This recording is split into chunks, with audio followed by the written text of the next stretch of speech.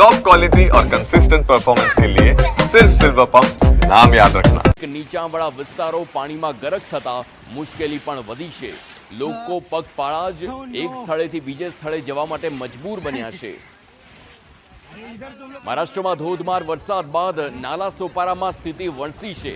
નાલા સોપારામાં railway track પાણીમાં ગરકાવ થઈ ગયો। સ્ટેશન પરિસરમાં વરસાદી પાણી ફરી વળ્યા। સ્ટેશનની આસપાસ તમામ વિસ્તારો પાણી પાણી થઈ ગયા છે। તે દ્રશ્યોમાં પણ જોવા મળી રહ્યું છે।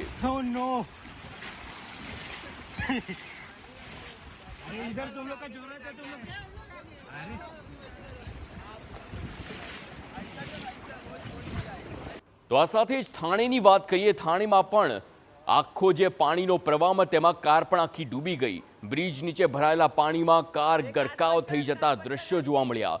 લોકોએ રેસ્ક્યુ કરી કાર ચાલકને બહાર કાઢ્યો। કાર ચાલકનું દિલ ધડક રેસ્ક્યુ કરવામાં આવ્યું, પરંતુ આ કારના દ્રશ્યો ભયાવહ સાબિત થઈ રહ્યા છે।